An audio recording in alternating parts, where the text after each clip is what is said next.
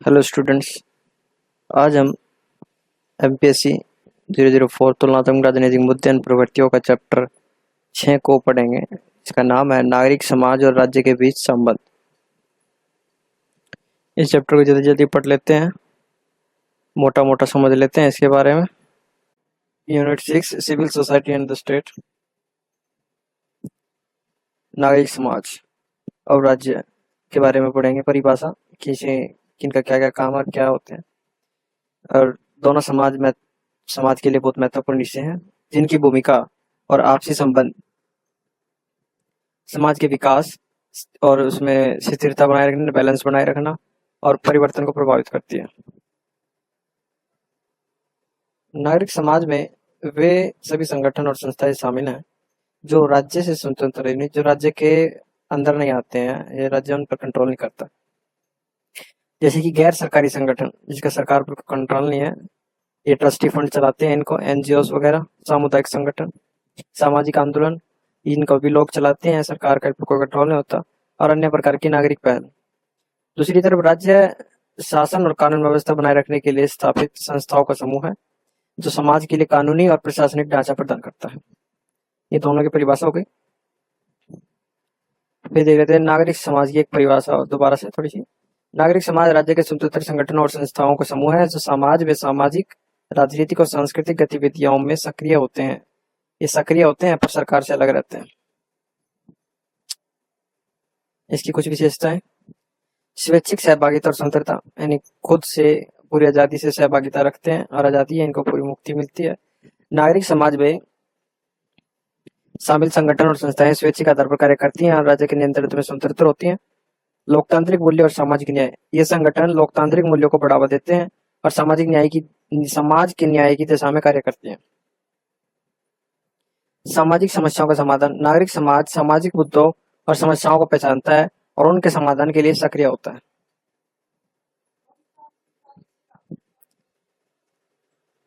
सामाजिक समझौते हो गए, हमें समस्याओं का समाधान पढ़ लिया। फिर फोर्थ पॉइंट में देख लेते हैं सर एक और विशेषता इसकी, सरकार और निजी क्षेत्र पर निगरानी। सरकार पर इसकी निगरानी रहती है संस्थाओं की कि सरकार ठीक काम कर रही है लोगों के लिए। नागरिक समाज सरकार और निजी क्षेत्रों के कार्यों पर निगरानी रखता है और उनकी गतिविधियों को संतुलित करता है। फिर राज्य देख लेते हैं। राज्य जो हमने ऊपर पढ़ा है कि राजनीतिक संगठन है जो कानूनी और प्रशासनिक ढांचे के माध्यम से समाज प्रशासन करता है इन लोगों पर और कानून व्यवस्था बनाए रखता है। मुख्य भूमिकाएं: कानून और व्यवस्था बनाए रखना, रक्षा और सुरक्षा प्रदान करना। राज्य का प्रमुख कार्य समाज में कानून और व्यवस्था बनाए रखना, फिर रक्षा सुरक्षा, राज्य के नागरिकों की सुरक्षा करना। थर्ड में आर्थिक और सामाजिक नीतियों का निर्माण और कार्यान्वयन करना, यानी राज्य में आर्थिक और सामाजिक नीतियों का निर्माण करना और कार्यान्वयन करना। न्याय प्रणाली का प्रबंध करना, राज्य न्याय प्रणाली का प्रबंधन करता है और कानूनों के अनुसार न्याय सुनिश्चित करता है। सार्वजनिक सेवाओं की आपूर्ति, राज्य शिक्षा, स्वास्थ्य, परिवहन जैसी सार्वजनिक सेवाओं की आपूर्ति करता है, इनकी जरूरत पूरी करते हैं, कमी पूरी करते हैं। फिर देख लेते हैं नागरिक समाज और राज्य के बीच संबंधों का एक ऐतिहासिक दृष्टिकोण। नागरिक समाज और राज्य के बीच संबंध समय के साथ विभिन्न ऐतिहासिक और सामाजिक परिवर्तनों के परिणाम स्वरूप विकसित हुए हैं। यहाँ कुछ महत्वपूर्ण ऐतिहासिक चरणों को लेकर मैंने किया है जो इस प्रकार है। प्राचीन और मध्यकाल। प्राचीन ग्रीस और रोम में नागरिक समाज की अवधारणा राजनीतिक भागीदारी और नागरिक जिम्मेदारियों के रूप में उभरी। हालांकि यह मुख्य रूप से संपन्न और मुक्त नागरिकों तक ही सीमित थी। एक किस्म की नागरिक समाज की अवधारणा एक राजनीतिक भागीदारी की, हम इस समाज में से जुड़कर राजनीति में कुछ भागीदारी ले सकते हैं, अपनी जिम्मेदारी निभा सकते हैं सरकार को सही रास्ते पर रखने के लिए, ये मानते थे। मध्यकालीन यूरोप में नागरिक समाज का रूप धार्मिक संगठनों और गिल्ड होती थी, जैसे गेम्स में गिल्ड होती हैं, के रूप में था। यानी छोटे छोटे ग्रुप्स होते थे जिनमें ज्वाइन होते थे बंदे आके कि हाँ हम इस मुद्दे पे लड़ेंगे, हम इस मुद्दे पे लड़ेंगे, हम इस मुद्दे पे सरकार के सामने आवाज उठाएंगे।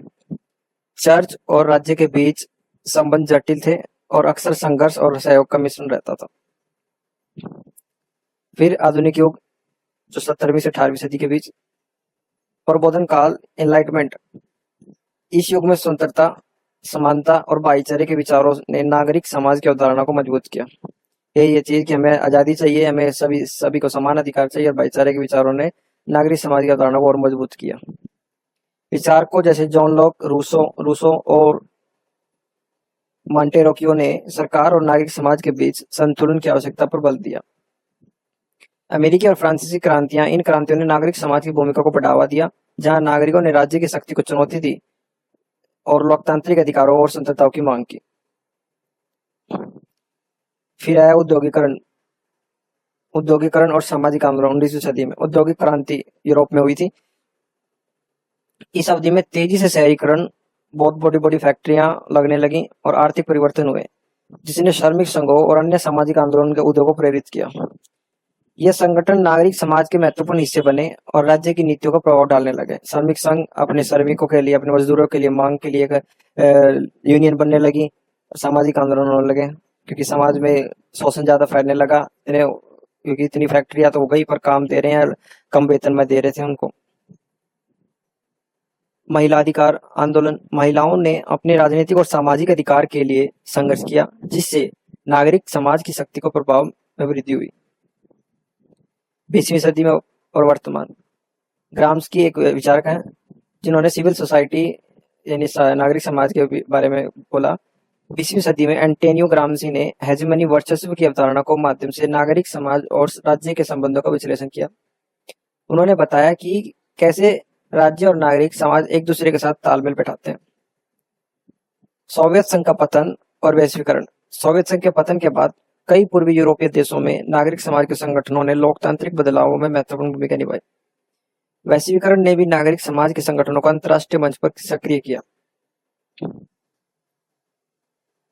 प्रमुख ऐतिहासिक घटनाएं जो नागरिक समाज से पीड़ित हैं या प्रभावित हैं।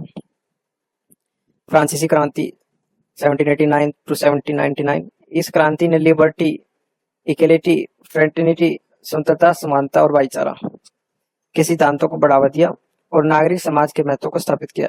इसने नागरिक समाज और राज्य के बीच शक्ति संतुलन को फिर से परिभाषित किया। इन लोगों और राज्य की शक्ति के बीच में लोगों ने सरकार को सीधी दिशा में रखा कि वो लोगों के लिए ही काम करती रहे, नहीं ना कि अपने लिए काम करती रहे। तो समय समय पर ऐसी क्रांतियां होनी जरूरी होती हैं, जिससे कि सरकार लोगों के लिए ही काम करे, ना कि अपने अपने लिए काम करने लग जाए, लोगों को नजरअंदाज करने लग जाए। महात्मा गांधी का स्वतंत्रता आंदोलन। गांधी जी ने नेतृत्व में भारतीय स्वतंत्रता आंदोलन ने नागरिक समाज की शक्ति को प्रदर्शित किया, यानी बहुत सारे लोग इकट्ठे हुए, यह आंदोलन भी नागरिक समाज के अंदर आते हैं।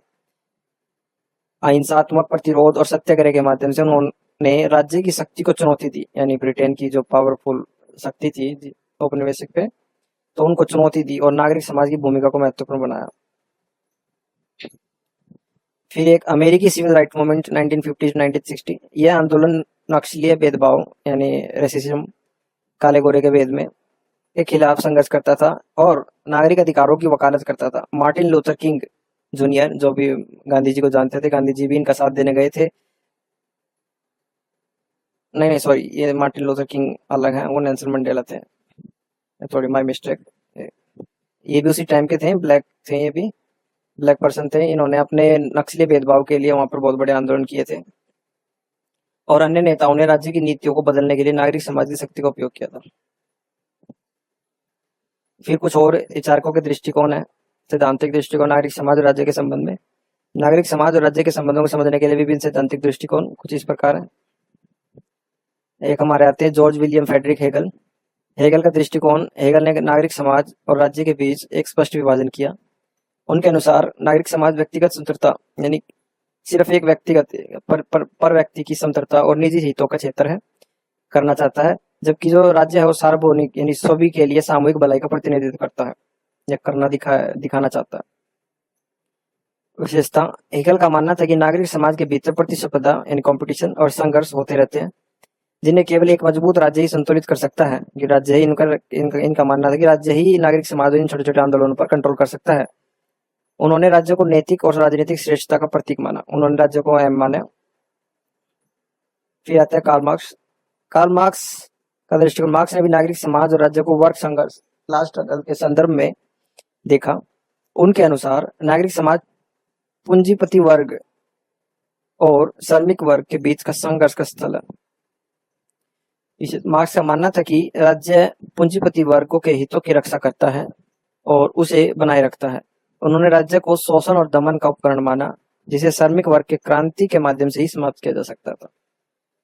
इनकी सोच कार्ल मार्क्स की स्पष्ट यही रहती है शुरू से ही कि श्रमिक वर्ग को क्रांति करनी पड़ेगी, जब भी हम कैपिटलिज्म को खत्म करेंगे, पूंजीपति वर्ग को।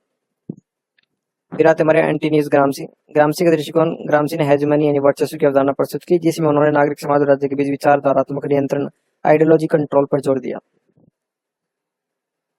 ग्राम्सी के अनुसार शासक वर्ग, जो रूलिंग वर्ग है, न केवल राजनीतिक और आर्थिक शक्ति का प्रयोग करता है, बल्कि सांस्कृतिक और वैचारिक वर्चस्व के माध्यम से भी समाज को नियंत्रित रखता है। उन्होंने सुझाव दिया कि नागरिक समाज में संगठनों की इस वर्चस्व को चुनौती देनी चाहिए। फिर देख लेते हैं हम सोवियत विघटन। हमारे चैप्टर में इसमें सोवियत विघटन के बारे में बताया है और कार्ल मार्क्स के ऊपर क्वेश्चन आ सकता है कि उनकी क्या सोच थी। एक बार आप चैप्टर से पढ़ लीजिएगा इसको। कार्ल मार्क्स नागरिक समाज और राज्य के खिलाफ बिल्कुल खिलाफ थे और वे मानते थे कि सिर्फ एक श्रमिक वर्गों के द्वारा एक क्रांति होगी, जिससे पूंजीपत का निपटारा होगा और एक राज्य विहीन समाज की स्थापना की जाएगी, जब भी एक सक्सेसफुल सभी लोगों का एक समान विकास हो पाएगा। कार्ल मार्क्स का यह मानना था। सोवियत संघ का विघटन एक प्रमुख ऐतिहासिक घटना है जिसने नागरिक समाज और राज्य के बीच संबंधों का गहराई प्रभावित किया। सोवियत संघ का विघटन 1991 में हुआ, 1991 में, और इसके विघटन के कई कारण थे और कई परिणाम थे। इसमें नागरिक समाज की भूमिका महत्वपूर्ण थी। पृष्ठभूमि, आर्थिक स्थिरता। सोवियत संघ की अर्थव्यवस्था लंबे समय तक केंद्रित कृत योजना और राज्य नियंत्रण पर आधारित थी। 1980 के दशक में अंततः यह मॉडल असफल साबित हो रहा था, जिससे आर्थिक मंदी, कच्चे माल की कमी और उत्पादन में गिरावट हो रही थी। एक कारण ये है इसका, आर्थिक स्थिरता। फिर राजनीतिक सुधार और पारदर्शिता, ग्लासनोस्ट और पेत्रेनोस्का। 1985 में मिखाइल गोर्बाचेव ने सोवियत संघ के नेता के रूप में ग्लासनोस्ट, खुलेपन और पेरेस्ट्रोइका यानी पुनर्गठन नीतियों की शुरुआत की। इन सुधारों का उद्देश्य राजनीतिक और आर्थिक प्रणाली का उदार बनाना था। ग्लासनोस्ट यानी खुलेपन के तहत मीडिया की स्वतंत्रता बढ़ी, मीडिया को खुलापन दिया और राजनीतिक चर्चा को प्रोत्साहित किया, डिबेट्स हुई। इससे नागरिक समाज के संगठनों और व्यक्तियों को सरकार की आलोचना करने और स्वतंत्र रूप से संगठित होने का अवसर मिला। इसलिए आज के टाइम पे डिबेट नहीं होती हैं, क्योंकि डिबेट होने से लोगों को सच पता चल जाएगा अपने नेता के बारे में कि हमारा नेता कितने पानी में है। राष्ट्रीयता और स्वतंत्रता आंदोलन। सोवियत संघ के विभिन्न गणराज्यों में राष्ट्रीयता और स्वतंत्रता के आंदोलन बढ़ने लगे। वहां पर बहुत सारे आंदोलन होने लगे, छोटे छोटे। ये भी एक कारण है। लिथुआनिया, एस्टोनिया, लताविया, जॉर्जिया और अन्य गणराज्यों में स्वतंत्र आजादी की मांग करने लगे राष्ट्र के हमें अलग अलग होना है सोवियत यूनियन से। तो ये भी कारण है उनका टूटने का, बिखरने का।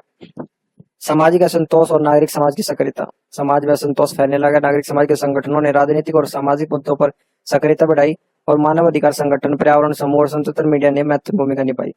ये संगठन और आंदोलन नागरिक अधिकारों, स्वतंत्रता और सुधारों की मांग कर रहे थे, जिससे सरकार पर दबाव पड़ा और सरकार गिरी। फिर नागरिक समाज की भूमिका, वही स्वतंत्र मीडिया और सूचना की स्वतंत्रता। खुलेपन यानी ग्लासनोस्ट के तहत मीडिया की स्वतंत्रता बढ़ी और सरकार की आलोचना की जा सकी। स्वतंत्र मीडिया ने जनता को सच्चाई से अवगत कराया और सरकार की नीतियां और भ्रष्टाचार को उजागर किया। पर आज के टाइम पर भारत में तो ये नहीं हो रहा, मीडिया कुछ और ही दिखा रही है, मीडिया सच नहीं दिखा रही है। नागरिक समाज के संगठनों ने मीडिया के माध्यम से अपनी आवाज उठाई और सरकार पर दबाव डाला। सामाजिक और राजनीतिक आंदोलन। सोवियत संघ के विभिन्न गणराज्यों में स्वतंत्र आंदोलनों और राजनीतिक सक्रियता बढ़ी। बाल्टिक गणराज्य में सिंगिंग रिवॉल्यूशन जैसे आंदोलनों ने स्वतंत्रता की मांग की। नागरिक समाज के संगठन और आंदोलनकारियों ने शांतिपूर्ण प्रदर्शनों और विरोधों के माध्यम से अपनी मांगों को प्रस्तुत किया। फिर बाहर से भी समर्थन मिला इनको। पश्चिमी देशों में, अमेरिका जैसे देशों में अंतर्राष्ट्रीय संगठनों ने सोवियत संघ में मानव अधिकारों और लोकतांत्रिक सुधारों के लिए समर्थन व्यक्त किया। नागरिक समाज के संगठन और अंतर्राष्ट्रीय समर्थन और सहयोग के माध्यम से अपनी गतिविधियों को बढ़ावा दिया। फिर परिणाम क्या निकला? सोवियत संघ का विघटन। 1991 में सोवियत संघ का विघटन हो गया और 15 स्वतंत्र गणराज्यों का गठन हुआ। इसमें से टुकड़े हो गए, 15 स्वतंत्र गणराज्यों का गठन हुआ।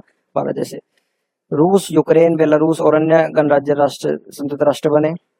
नई राजनीतिक और आर्थिक प्रणालियों का निर्माण किया गया। सोवियत संघ के पतन के बाद जो इन नवगठित राष्ट्रों ने लोकतांत्रिक शासन और बाजार आधारित अर्थव्यवस्था की दिशा में कदम बढ़ाए। नागरिक समाज के संगठन इन परिवर्तनों में महत्वपूर्ण भूमिका निभाते रहे, राजनीतिक सुधारों और नागरिक अधिकार की रक्षा के लिए सक्रिय रहे।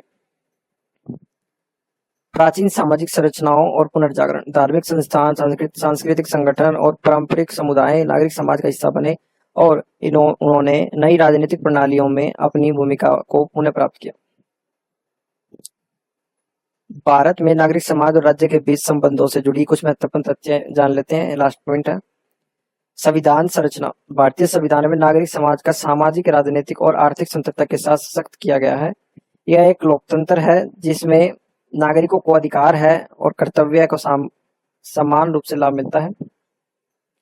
नागरिक समूह का योगदान। भारत में अनेक नागरिक समूह और संगठन राज्य के निर्माण और संवर्धन में अहम भूमिका निभाते हैं। उदाहरण के रूप में ग्रामीण विकास समूह, महिला समूह और जन संगठन का योगदान उल्लेखनीय है। न्यायपालिका की स्वतंत्रता। भारतीय न्यायपालिका एक स्वतंत्र और स्वायत्त संस्था है जो राजनीतिक दबावों के प्रति स्वतंत्र है। यह समाज को न्याय और समानता को सुनिश्चित देता है। फोर्थ, सामाजिक सुरक्षा योजनाएं। भारत में सामाजिक सुरक्षा योजनाएं राज्य द्वारा आर्थिक और सामाजिक रूप से कमजोर वर्गों को सहायता प्रदान करती है, जिससे समाज के सबसे कमजोर सदस्यों को भी विकास का लाभ मिल सकता है। नागरिकों का संघर्ष और योगदान। भारत में नागरिक समाज के सदस्य अक्सर अपने अधिकारों के लिए संघर्ष और आंदोलन करते हैं। उदाहरण के रूप में आजादी की लड़ाई, भूख हड़तालें और आर्थिक और सामाजिक सुधारों के लिए आंदोलन जैसे बहुत महत्वपूर्ण है, जैसे अब किसान आंदोलन हुए थे। ये चैप्टर इतना ही है। आप इन नोट्स को पढ़ सकते हैं। नोट्स आपको टेलीग्राम चैनल पर मिल जाएंगे। टेलीग्राम चैनल को फॉलो कर सकते हैं। और thanks for watching. Goodbye. आपको अच्छी लगी हो तो इसकी एक्सप्रेशन लाइक करना और शेयर करना अपने दोस्तों को और सब्सक्राइब करना चैनल को।